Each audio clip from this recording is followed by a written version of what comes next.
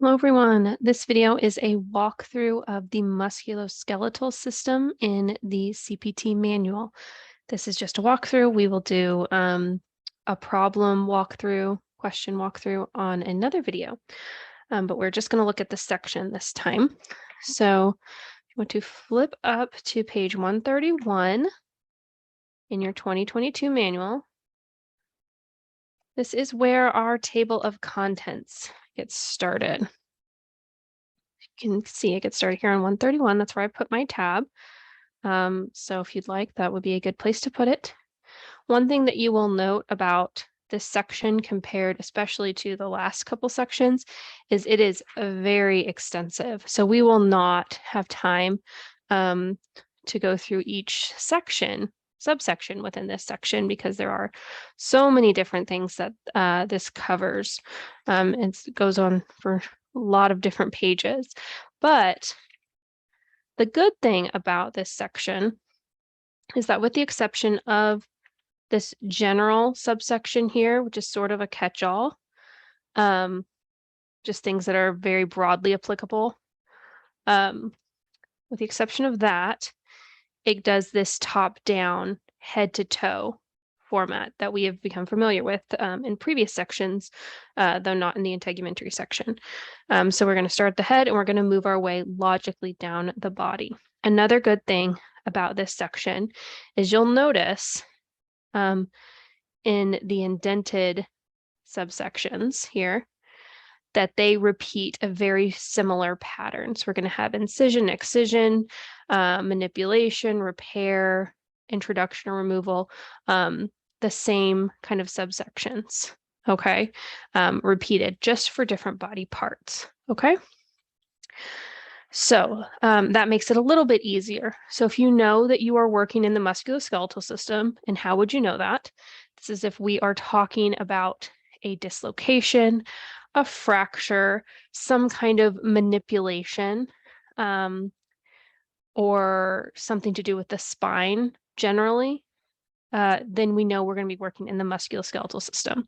Also, really, really helpful. We have a lot of really great illustrations in this section, and they help us a lot when we're working with these very small bones or very specific parts of the skeletal system. So these can be really, really helpful, not just when you are trying to find the right code, but on your national exam. These illustrations can be really helpful because occasionally there will be an anatomy question about a very specific bone or bone section or part of the skeleton. And so when we have these really great illustrations, those can help us out a lot. So make sure you're familiar with them. You don't necessarily need to memorize where everything is located, of course, but if you're familiar, hey, musculoskeletal system has some really good illustrations. I could likely find some good answers there if it's about the skeleton or muscles. So, and again, it goes on and on. So we do have a really, really long table of contents. But another good thing about that is it is very specific. So you can see where maybe in some other sections, we might just get arms as a general section. Here we get forearm, wrist, hand, and fingers. We get really, really specific. And then those same incision, excision, introduction, removal, repair, specific to that portion of the musculoskeletal system. So we get really, really specific. So if you know we're working on, you're looking for a code related specifically to fingers and an incision in the finger, you can come to the finger section and there's an incision code. You don't have to find a very general section and then try to parse out which code would be most applicable. So it's very, very specific. Again, great illustrations. And on 139, and this is the back. So on this one, I don't know if you noticed. On 137, we have front. You can see. There you go. And then on the other page is the back. So that can be really helpful too, if you're looking at specific muscles. And then on page 139 is where we get into our guidelines. And there's just a couple pages of guidelines. So remember, everything from the the general guidelines from this section does still apply. So everything at the beginning that we looked at for the surgery section does still apply, but this really breaks it down into some specific things that are unique to the musculoskeletal system. Again, it's just 2 pages. I would definitely read it if I were you. It has some excellent definitions, which are going to be very, very helpful when you're working in this section. A couple things that I wanted to point out is there are 3 areas in these guidelines that address modifiers. So I would make sure you know how those modifiers are applicable within this section or not applicable, because those can be really, really helpful. Okay. The other thing that I wanted to point out right away, and it's listed in the very, very top here, is that any service that appears in this section is going to include the application and removal of the very first cast splint traction device. Okay, so we're going to deal with a lot of broken bones, a lot of things that are going to require some kind of fixation, a cast or a splint, something like that, or traction. And it is assumed that we will be adding those and removing them at least once for every code that we're going to use in this section. Okay. Now, if they're going to do subsequent casts or subsequent fixation or traction, then we would code those additionally. But anytime you are working, particularly with those reports that are going to always include and a cast was added or a cast was removed, you can rest assured that that's included at least for that first code, okay, the first time we do it, all right? The other thing that I wanted to bring your attention to is the type of treatments. Okay, so we have manipulation. So the manipulation, you'll see this throughout this section. That's going to be any time where we have to manually move or force the alignment of a fracture. So you break something or you dislocate something, and we have to manually put it back in place. That's called a manipulation. That's a way that we talk about reducing a fracture, or a reduction by manipulation. So that's something you'll see frequently. So I would read through this explanation there. And then the other important thing to understand, so we've got different kinds of treatment whenever we're dealing with a fracture. We're going to have closed, open, and percutaneous. So these might sound familiar to you, particularly if you've already done ICD-10, because when we talk about fractures in the ICD-10, we often talk about, are they open or closed? Now, this is not related to that. So what does that mean? Yes, they're both. We're talking about fractures, but when we're talking about a closed treatment, that means that the site is not going to be surgically opened. We're not exposing the fracture so we can visualize it. So we're treating it without exposing the fracture. That's what closed means. And then open would be, obviously, we're opening that area surgically so we can visualize and do whatever we need to do internally while it's open to the elements, basically. So we can see it, we can explore it, whatever. And percutaneous is kind of neither. So that is when we are placing some kind of pins or screws, and we're not necessarily visualizing where the fracture is, but we're otherwise looking internally. They often are going to use like imaging guidance, but we are going to be placing screws and doing some very invasive procedures that we might not necessarily be visualizing where the fracture is. Okay, so how does that differ from the ICD-10? So in the ICD-10, like I said, we have open and closed fractures, and we often will pick codes based on whether they're open or closed. That does not relate to treatment. So you can have an open fracture with a closed treatment. You can have a closed fracture with an open treatment. Those two things are not related. So I see that getting confused often. And so I just want to make sure we're clear on it before you even get into this section, okay? The other things you will want to note here, so this section does include the excision of some different types of tumors. We that are going to be like beneath the skin. So I want to kind of point out this very first one is excision of soft connective tissue tumors. So that's one of the sections or one of the subsections in here. And those are going to be coded based on size and location. And we're still doing like we did in the integumentary system where that goes by diameter. That's going to include greatest diameter, and that's going to include margin. So you'll have some documentation about the diameter of those tumors. And that is how we specify the correct code. So it's kind of the same, but there's a little bit of a difference. So I wanted to make sure we're clear on how these differ. You can see these properly. And then the next one is the excision of facial or subfacial soft tissue tumor. So it's a little bit deeper. Each of these sections is going to go a little bit deeper. And this is also size and location. And radical resection, so that's going to be a major removal of quite a bit of tissue. This is also size and location. But once we get into bone tumors, we are doing location only. So it doesn't matter if your documentation says it is malignant, it is, benign, anything like that. If it's a bone tumor, we're coding it based on location only, not on size or any other factor, right? So I wanted to bring that up before, before you get started on this section. So those are the guidelines. I would make sure you go through them. I would make sure you understand them because there's just way too much in this section for me to get to in just one video, okay?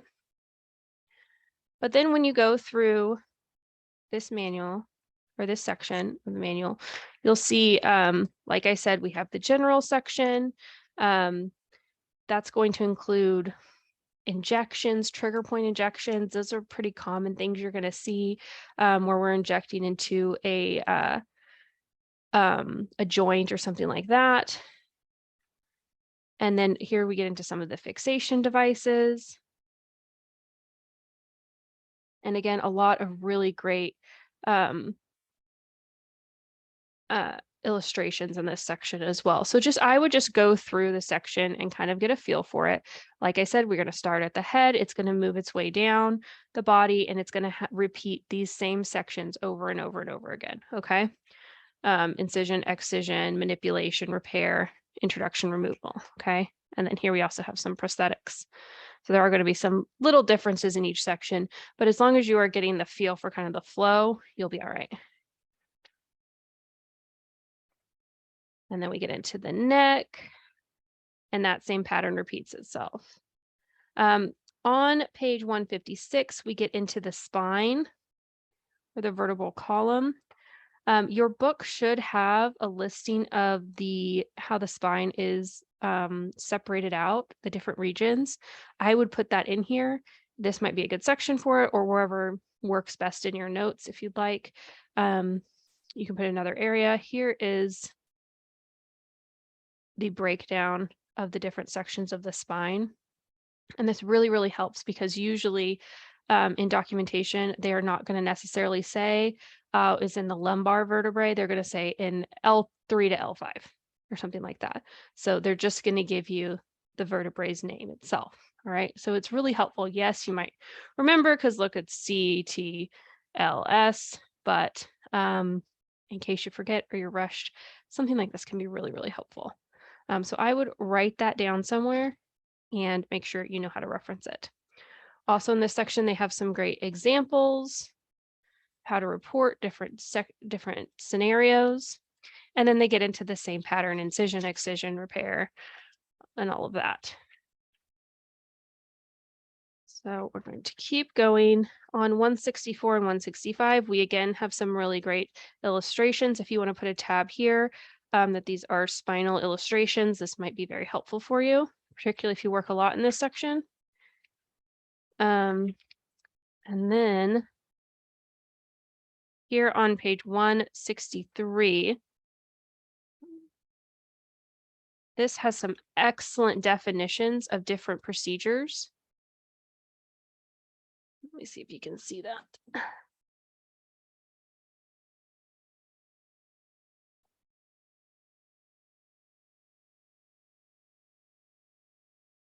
I'm trying to make it as clear as possible. Okay, that might be as good as we can get. But here on 163, we do have several different procedures, and they kind of explain what they are. And so this can be really helpful. I would put a tab there as well. And I just had muscular definition of procedures. But anytime you see green text, that means you definitely need to stop and read it because it is for sure going to be important. Get it any clearer? There we go. It's finally clear. So I would definitely read through these, put a tab, make sure you understand what they are, particularly if you work in this section quite a bit. All right. And again, like I said, on 64 and 65, there's really good illustrations. And then all of these sections, particularly with spinal instrumentation, they're going to have additional guidance. And then you'll want to pay attention in this section. You'll see there's a lot of guidance with each one of these codes. So you'll notice that all of these codes in this section on 168 are add-on codes. So you cannot use them independently. Okay, so if you want to make a note for yourself, that way you remember, or just circle the little plus sign. So that way you know you cannot use these codes on their own, but there's a lot of guidance about which codes you can use them with. All right. And then we get into abdomen, shoulder. Obviously, there's not a lot of bones in the abdomen, so there's not going to be an extensive musculoskeletal section for that portion of the body. We get much more into the abdomen and other sections. And then we're going to get down into the legs and so on and so forth. And again, I'm not going to be able to get into all of these, but we do have wrists, hands and fingers.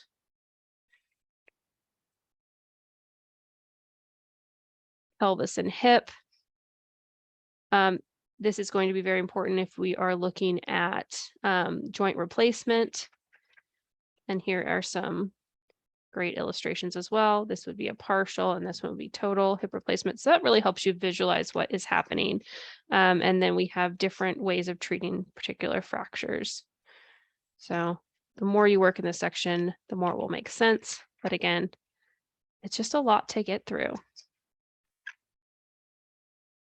And then also you'll notice anytime you see these coding tips, you want to stop and look and see what they are, right? Because those will help you. And then we get down into feet and knees. And that is the end of the section. And we do have some unlisted codes here. And this is just for arthroscopic procedures, unlisted arthroscopic procedures. Okay.